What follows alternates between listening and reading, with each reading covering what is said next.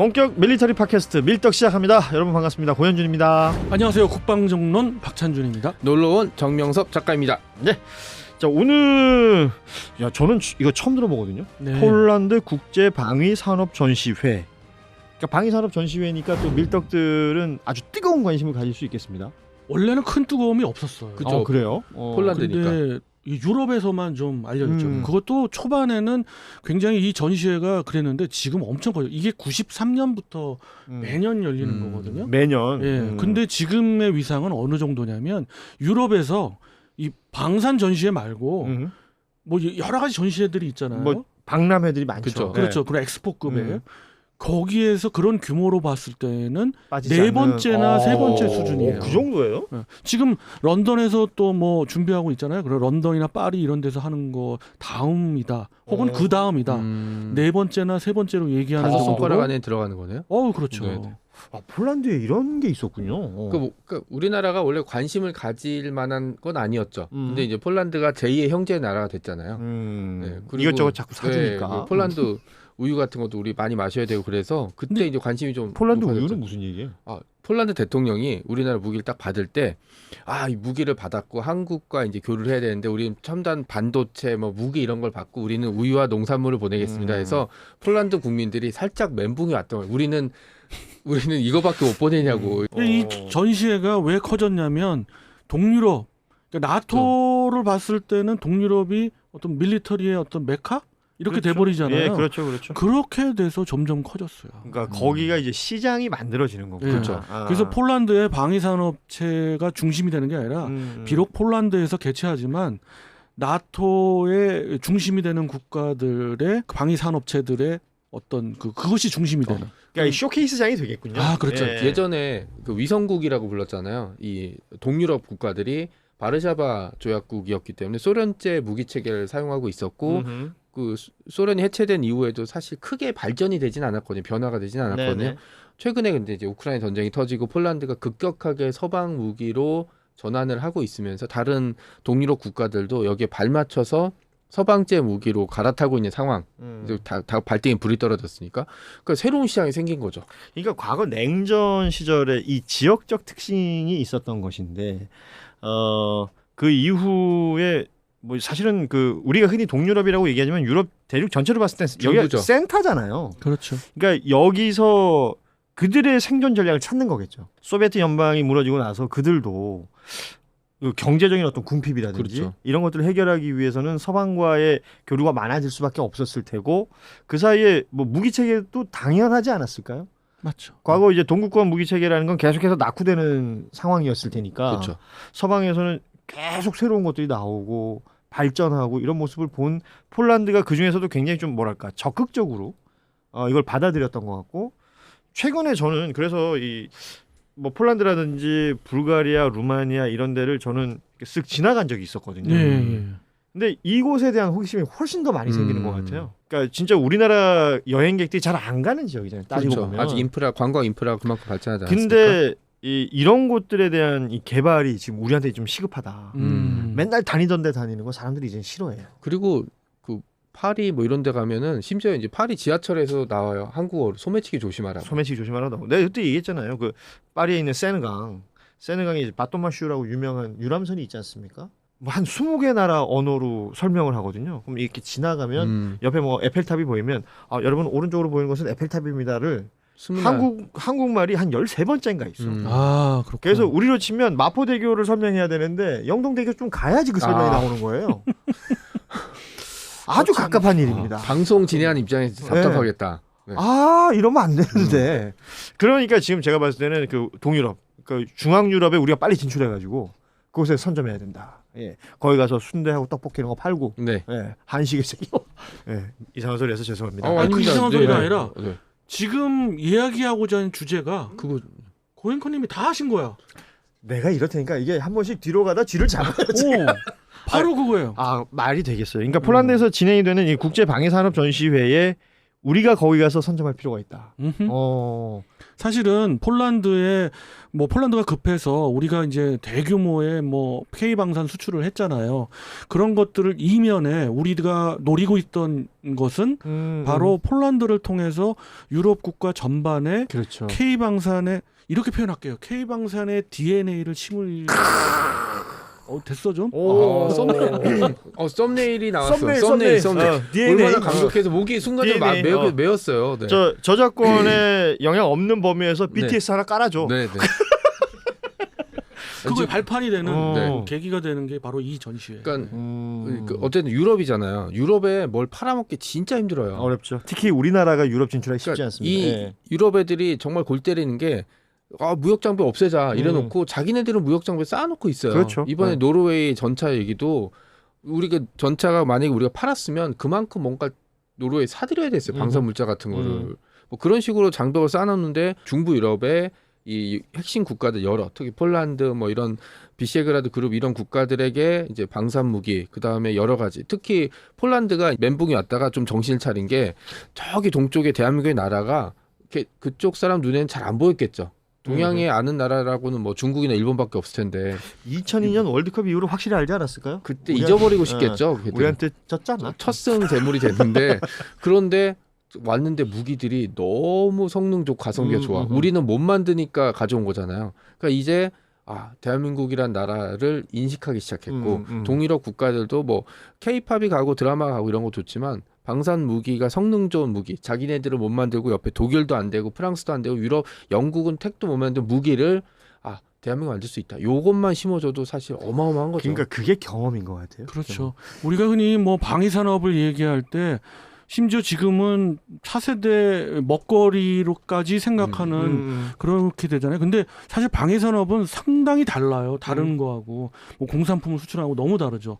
우선 국가 대 국가 간의 외교 관계가 가장 그럼요. 우선이고요. 그렇죠. 그다음에 그런 외교 관계를 모두 생각하더라도 여러 가지 변수가 많아요. 로비도 해야 되고 여러 가지 변수가 많고 또 하나는 가장 중요한 거 이미지. 그렇죠. 이미지를 예, 어떻게 예. 탈피할 거냐. 예. 아무리 가성비 좋고 성능이 좋아도 무기라는 그런 특성상 그 국가에서 봤을 때는 에이 아니겠지 하는 게 있어요. 근데 그것이 한번 바뀌게 되면 이제 순탄화해지는 거죠. 그렇지. 그걸 깨기 위한 게 굉장히 어려운데 그걸 깨기 위해서 우리가 이제 뭐 나간 것 같고 그러니까 신뢰를 쌓아야 된다라는 거잖아요. 쉽게 말하면. 그러기 위해서는 이 쇼케이스에 내 보일 그렇죠. 뭐 작품이랄까요? 여기에서 일단 감동을 한번 줘야 되는 거 아닙니까? 그래서 그러려면 그런 시장들이 열려야 되는 것인데 지금 이 폴란드에서 열리는 국제 방위 산업 전시회는 아주 좋은 시장이 될 수 있다. 좋은 기회죠. 네. 그렇습니다. 그래서 우리가 이번에 그 대량의 수출을 하면서 그 반대급부로 얻어낸 것 같아요.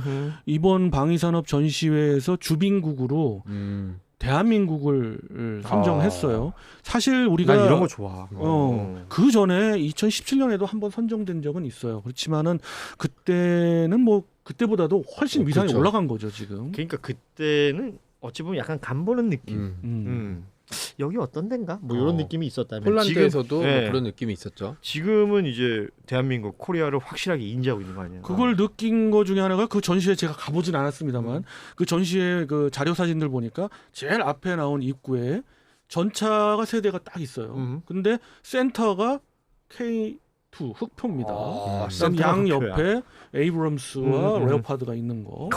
그러니까 이제 니들이 이제 오른팔 왼팔이고 내가 센터다. 이게 주빈국의 어떤 이점인 거죠. 흑표가. 예전에 그 노르웨이 테스트할 때도 K2가 엄청 빨리 달리면서 이렇게 포구를 살짝 뒤따라오는 레오파드를 살짝 보고 있는데 많은 사람들이 설렜거든요. 따라오면 따라와 그런 이러니까. 이미지 네. 한 카트거든요. 그럼요. 사실은. 네. 이게 정면에서 봤을 때 이제 왼쪽 입구에 그게 있었고 그다음에 오른쪽 입구도 또 특이해요. 오른쪽 입구는 다련장 시스템이 두 개가 있는데 하나는 하이마스고 하나는 우리의 천모 시스템인데 이제 호마르라고 호마르 그러죠? K가 폴란드에서 폴란드 차체하고 결합된 호마르 K가 있는데 그것도 너무 비교가 되는 게 한쪽이 좀 부실하잖아요. 그렇죠. 6연장인데 네. 우리는 이제 2배 되는 연장 12연장에 이렇게 무기체가 딱 있는 거 보니까 위압감이 느껴지고 이런 거에서 이제 주빈국의 어떤 대한민국이라는 걸 느낄 수가 있었고 여기 참여한 뭐 카이부터 시작한 뭐 한화의 여러 그룹들 한화 에어로스페이스를 비롯한 뭐 한화 시스템들 여러 그룹들의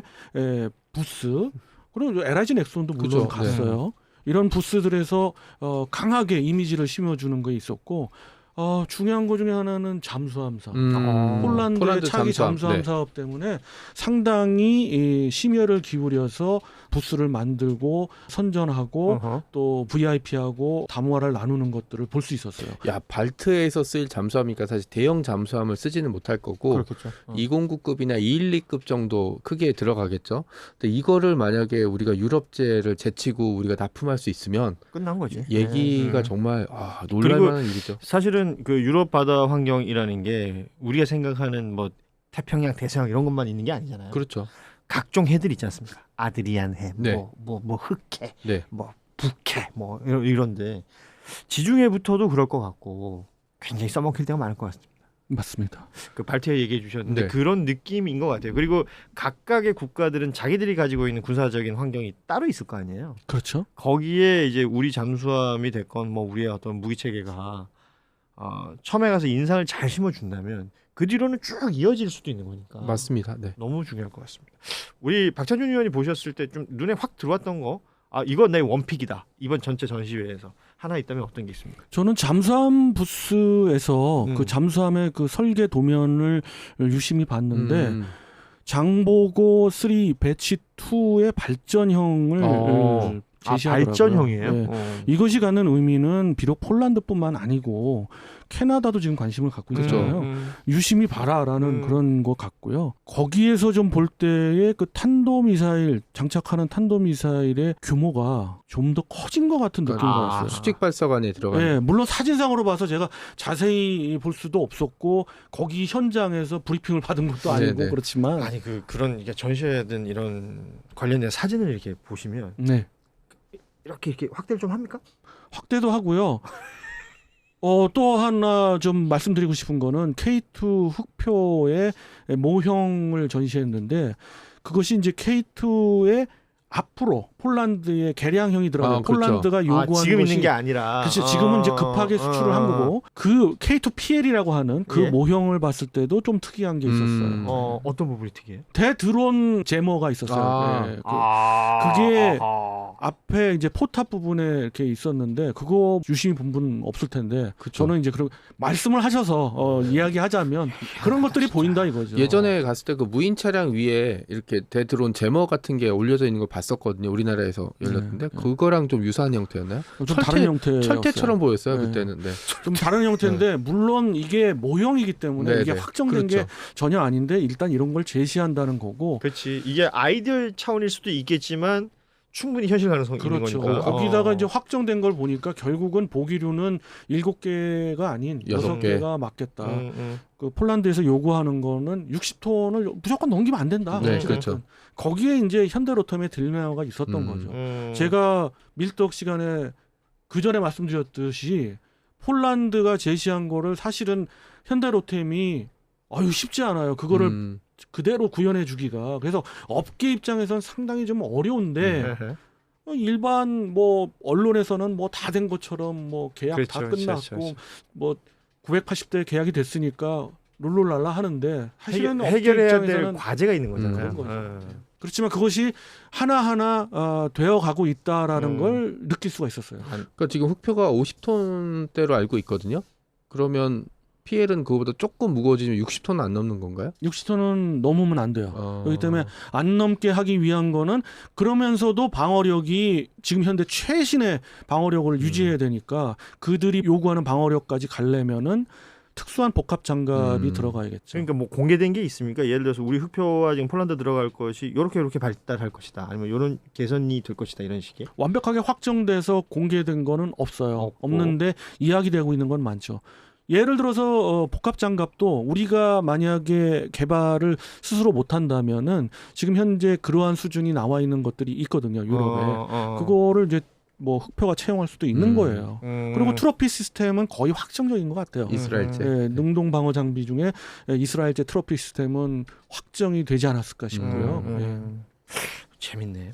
자, 지금 우리가 뭐 전차 얘기 잠시 했지만 그 전투기 얘기를 안 할 수가 없잖아요. 그 시장이 또 있을 거 아닙니까? 네, 물론 그렇습니다. 나가야지 또 뭐 KF-21 뭐 등등등 해가지고 보람에 뭐 사실 이런 KF-21을 얘기하면 인도네시아 분담과 막 같이 이제 이야기할 수밖에 없는데 인도네시아 그냥 또 나오는 국기 거예요? 뒤집으면 되는데. 네, 요즘에 이제 KF21의 이슈는 인도네시아 분담금 가지고 이제 국민적인 감정은 막 그냥 억울하고 뭐 분하고 인도네시아 막 그러는데 제가 늘 이야기하듯 인도네시아 입장에서는 급할 게 없는 거예요. KF21 관련해 가지고 네. 당장 지들이 급한 거는 SU-27 계열에 갖고 있는 한 줌의 한 개 비행대대를 쓸모없고 못 쓰는데 지금 부품 조달도 안 되는데 당장 뭘 해야 돼요. 그러니까 F-15EX 계약을 하고 있는 거고 MOU 계약을 하고 있는 거 그런 건데 우리가 볼 때는 와 분담금 낼 돈은 없으면서 저러고 있다. 저런 거는 그거 다 합치면 지금 13조가 넘어가요.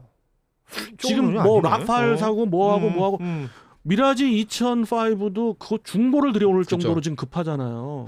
인도네시아는. 그러니까 얄미운 거잖아. 그렇지. 그렇게 보면 얄밉지. 그렇지만 그러니까 아버지 돈 주세요. 뭐 저 대학 등록금이 어때? 돈이 어디 있어? 이랬는데 나가서 도박하고 있어. 친구들이랑 술 마시고 이런 거죠. 네. 그래서 인도네시아가 우리 KF-21을 도입하는 그 대체되는 기종은 F-16이에요. 네. 근데 F-16 블록 25가 그렇게 아직까지 뭐 유용하지 않거나 처지거나 즉시 전력감이 아니다라는 건 아니거든요. 그러니까 그들은 분담금 좀 천천히 최대한 어떻게 보면 딜레이 이런 거죠. 그렇지만 국제 거래 관계상 뭐 말도 안 되는 얘기죠, 이거는. 근데 그 영향이 지금 오고 있어요. 자기들이 도입해야 될 라팔이나 이런 거를 도입을 빨리 해야 되는데 우리 이 상황을 아니까 성금 받기 전에 돈 안 주면 안 줘. 특히 또 라팔이 또 유럽의 중국이라 일컬어진 프랑스잖아요. 그래서 여기서 KF-21과 폴란드 입장에서 이야기는 바로 뭐냐? 인도네시아를 대신할 니들이 그렇게 튕겨? 그럼 인도네시아를 대신할 대안으로 폴란드는 또 상당히 원하고 있고요. 그러니까 새로운 시장을 또 개척한다는 게 중요한 거고. 폴란드 같은 경우는 FA50을 48대를 사들여서 그 보조 전투기 전력이라든지 순찰 전력이라든지 이제 차기 전투기를 도입하기 전까지의 갭을 메운다라는 개념을 가지고 있는데 그 차기 전투기가 무엇이겠냐? F-35를 사들이는 건 확정이 됐지만 그걸 뭐 원하는 대로 늘리지 못할 거고 뭔가의 전투기를 또 도입해야 되거든요. 그렇게 되면 KF-21이 이제 한 가지 대안이 될 수 있죠. 왜냐면 공동 개발이라든지 참여를 통해서 지분을 확보할 수 있고. 근데 폴란드의 지금 이제 중부 유럽에서 위상을 생각하면 뭐 비시에그라드 그룹의 핵심 이제 국가이기도 하고 어쨌든 중부 유럽 국가에서 가장 인구도 많고 그렇죠. 경제력도 튼튼하기 때문에 이 국가가 FA50을 도입하고 그다음에 KF-21에 관심을 보인다는 것만으로도 이제 유럽 진출하는데 엄청나게 큰 도움이 되고 있죠. 그러니까 흔히 말하는 이제 유럽 진출이라는 게 그런 거잖아요. 이 디딤돌 삼아서 더 큰 시장을 또 볼 수 있는 거잖아요. 그렇습니다. 그러니까 이런 것들이 지금 전투기 시장에서도 가능하다라고 보시는 건가요? 왜냐하면 유럽 자체적으로도 자기들끼리 해결할 수 있는 것들이 제법 많지 않습니까? 훨씬 어렵지만 네. 가능성 측면에서는 가능하다라고 저는 가능하다. 얘기할 수 있어요. 이게 국뽕 유튜버들은 뭐 엄청난 얘기까지 합니다. 벌써 뭐 유럽을 다 휩쓸 거다, KF-21을 다 휩쓸 거다 하는데 절대 그렇지 않고요. 그 무슨 채널인지 이름 좀 얘기해 줘 보세요. 네, 곤란합니다. 여러분이 생각하는 그 채널이 맞습니다. 제가 봤던 그 유튜브에서 그것도 있었어요. 에어버스 꼭 망한다. 왜냐하면 이 전투기를 못 팔아서. 네, 어려운 얘기죠. 제가 K방산 방산 시장을 얘기하면서 그 이미지 얘기했잖아요. 그게 뚫기가 더더욱 어려운 게 바로 이 항공기, 특히 항공무기체 중에서도 전투기인데 그럼요. 우리의 최대의 라이벌인 라팔, 지금 전 세계 전투기 시장 중에서 현재 제일 잘 나간다고 보면 라팔이에요. 그 라팔과의 대결에서 우리가 유럽 시장을 뚫는다? 정말 어렵지만 가능성이 또 보이는 것 중에 하나는 바로 폴란드예요. 그렇죠. 폴란드는 여러 뭐 프랑스나 독일하고 한 번씩 뒤었거든요. 그렇죠. 그러니까 또 이 대한민국하고의 맞아. 그 관계를 통해서 짭짤했거든. 그러니까 안 좋은 경험이 있었던 상대에게 내가 감동을 한번 주면 이거는 완전히 다른 거거든요. 그렇습니다. 몇 배 이게 돌아오니까. 맞습니다. 더군다나 FA50을 통한 대한민국 항공무기 체계도 굉장히 좀 그렇죠. 그렇잖아요. 이건 확실히 우리가 폴란드 우유를 좀 많이 그리고 먹어야겠네. 유럽이 많이 전투기 시장이 전투기 제조 회사들 많고 메이커들이 있기 때문에 우리는 어쨌든 딱 한 번만 이기면 돼요.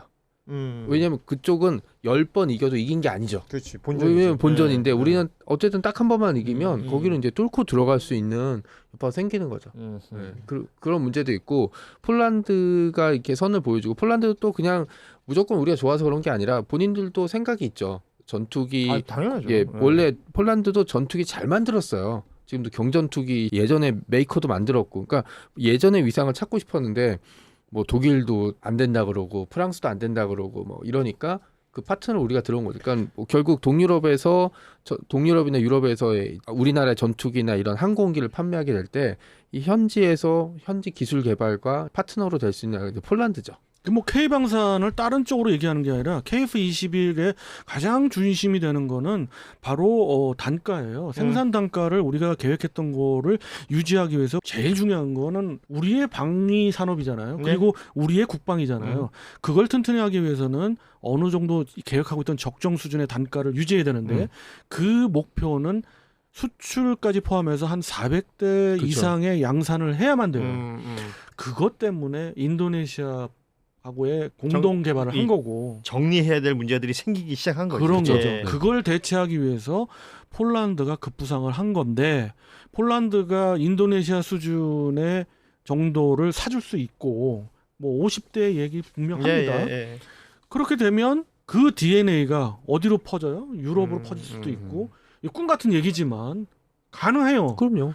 거기에다가 중동 국가도 미국 전투기 미국이 안 팔아요. 좀 그렇잖아요. 그러네. 그 중동도 틈새 시장 있네. 노릴 수 중동도 있죠. 있네요. 이런 거 같아요. 그러니까 뭐 쓸데없는 희망회로를 돌릴 필요는 없지만 지금 진행되고 있는 내용들이 있기 때문에 여기서 발전을 시켜 나간다는 것, 이거는 뭐 전략적인 접근도 필요할 것이고, 그리고 실리적인 접근도 필요할 것이고, 이 모든 것들의 어떤 그 발판, 교두보가 될 수 있는 폴란드에 대한 얘기였고, 그곳에서 펼쳐지고 있는 국제 방위 산업 전시회, 이게 점점 이제 우리도 관심을 가지고 봐야 될 내용들이 될 것 같습니다. 지금까지 박찬준 위원은 사진으로만 봤지만 다음엔 직접 방문하시기 그렇죠. 바랍니다. 네.